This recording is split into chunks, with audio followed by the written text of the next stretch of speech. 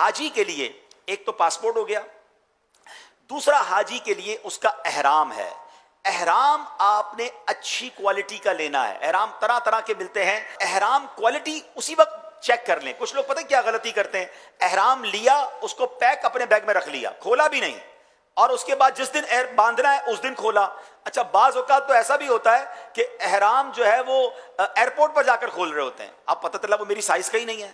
بعض اوقات ماشاءاللہ قد ان کا بڑا ہوتا ہے، تھوڑی ہیلتھ بھی زیادہ ہوتی ہے، اب وہ وہاں پریشان ہو رہے تھے یار یہ احرام تو میرے جو ہے وہ کوالٹی میرے اس کی نہیں ہے. تو احرام چیک کریں. سب سے مین چیز تو اگر کوشش کریں کہ ایک کاٹن کا احرام لے لیں، ایک تولیے کا احرام لے لیں. تو اس میں کیا ہوگا کہ آپ تہبند اگر چاہیں تو کاٹن کی باندھ لیں، لٹھا جس کو کہتے ہیں، اور اوپر تولیے کا احرام لے لیں. جب ایک ایک سیٹ لیں گے تو آپ کے پاس ایسے 2 سیٹ بن جائیں گے. ایک بھی لیتے ہیں تو حرج نہیں ہے، لیکن جیسے میں نے کہا کہ تھوڑا سا ایکسٹرا لے کر چلیں. ماشاءاللہ جب جا ہی رہے ہیں اتنا خرچ کر رہے ہیں تو یہ بھی آپ کے پاس ہونا چاہیے. کچھ احرام پر کلف لگا ہوا ہوتا ہے، ٹھیک ہے. اب جب کلف لگا ہوا ہوگا اور خاص طور پہ لٹھے پر، تو بیسٹ یہ ہے کہ اس کو گھر میں دھو لیں اور اس کو سافٹ کر لیں.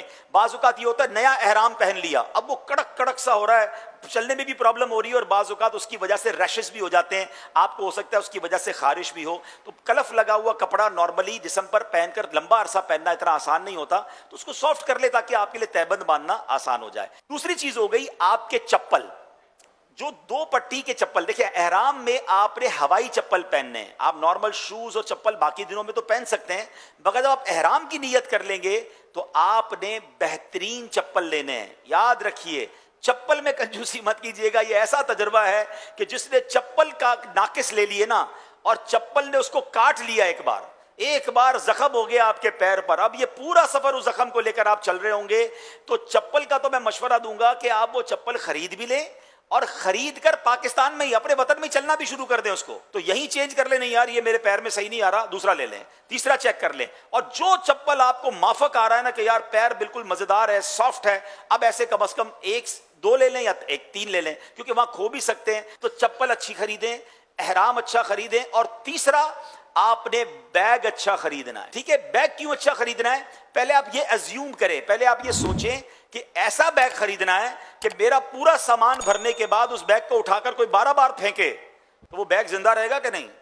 ایسا بیگ، کیونکہ آپ کہیں گے کون پھینکے گا میرے بیگ کو، بھائی میں تو سینے سے لگا کے رکھوں گا. حضرت آپ شاید احتیاط سے رکھیں گے، مگر جو ایئرپورٹ کا اسٹاف ہوتا ہے آپ کا بیگ اٹھا کر باقاعدہ بیلٹ پہ پھینکا جائے گا، بیلٹ سے اٹھا کے جہاز میں رکھا جائے گا، جہاز سے پھر بیلٹ پہ رکھا جائے گا، پھر بس کی چھت پہ رکھا جائے گا یا بس کے اندر ڈالا جائے گا، بس سے نکالا جائے گا. اتنی جگہ اس کے ساتھ وہ کچھ ہوگا کہ جس کا آپ تصور نہیں کر سکتے. تو بیگ اگر آپ کا مضبوط نہیں ہے اور اس کا ہینڈل ٹوٹ گیا، اس کی زپ ٹوٹ گئی، تو پھر آپ پھر بڑی تکلیف میں آ جائیں گے. تو یہ 3 چیزیں بیسٹ لینی ہیں. چوتھے نمبر پر بیگ لیتے وقت، یہ بیگ بھی ہم دکھاتے ہیں آپ کو. بیگ میں بھی کیا کرتے ہیں، غلطی کرتے ہیں لوگ. اچھا یہ اب ٹرالی بیگ تو سب کے بہت مشہور ہیں. اب دیکھیں ٹرالی بیگ میں بھی آپ نے یہ 4 پہیے والا بیگ لینا ہے. کوشش کریں، یہ دیکھ رہے 4 پہیے. اس کا فائدہ پتہ کیا ہے؟ اگر 2 ویلر بیگ ہوگا تو آپ اس کو یوں چلائیں گے نا تو آپ کے ہاتھ پہ بوجھ آ رہا ہوگا. اگر 20 کلو کا بیگ ہے تو آپ کو مشکل ہوگی چلانا، لیکن اگر 4 پہیوں والا بیگ ہے تو جیسے آپ چل رہے ہیں آپ کے ساتھ یہ بھی چل رہا ہوگا، تو بہت سکون کے ساتھ آپ اس بیگ کو لے کے ٹریول کر سکیں گے. تو کوشش کیا کریں بہترین بیگ 4 ٹائر والا لیں.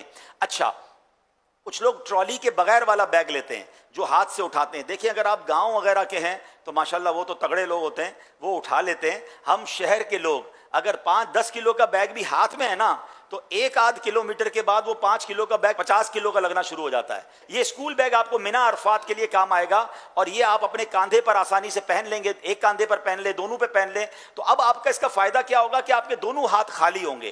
بیگ کمر پر ہے، آپ کے ہاتھ خالی ہیں، آپ نے تسبیح پڑھنی ہے، آپ چل رہے ہیں، آپ بڑے ریلیکس ہوں گے.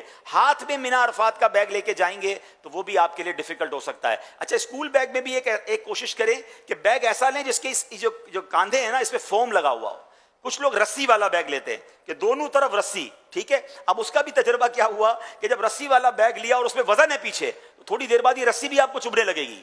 تو جب یہ سافٹ ہوگا تو یہ آپ کو تکلیف نہیں دے گا.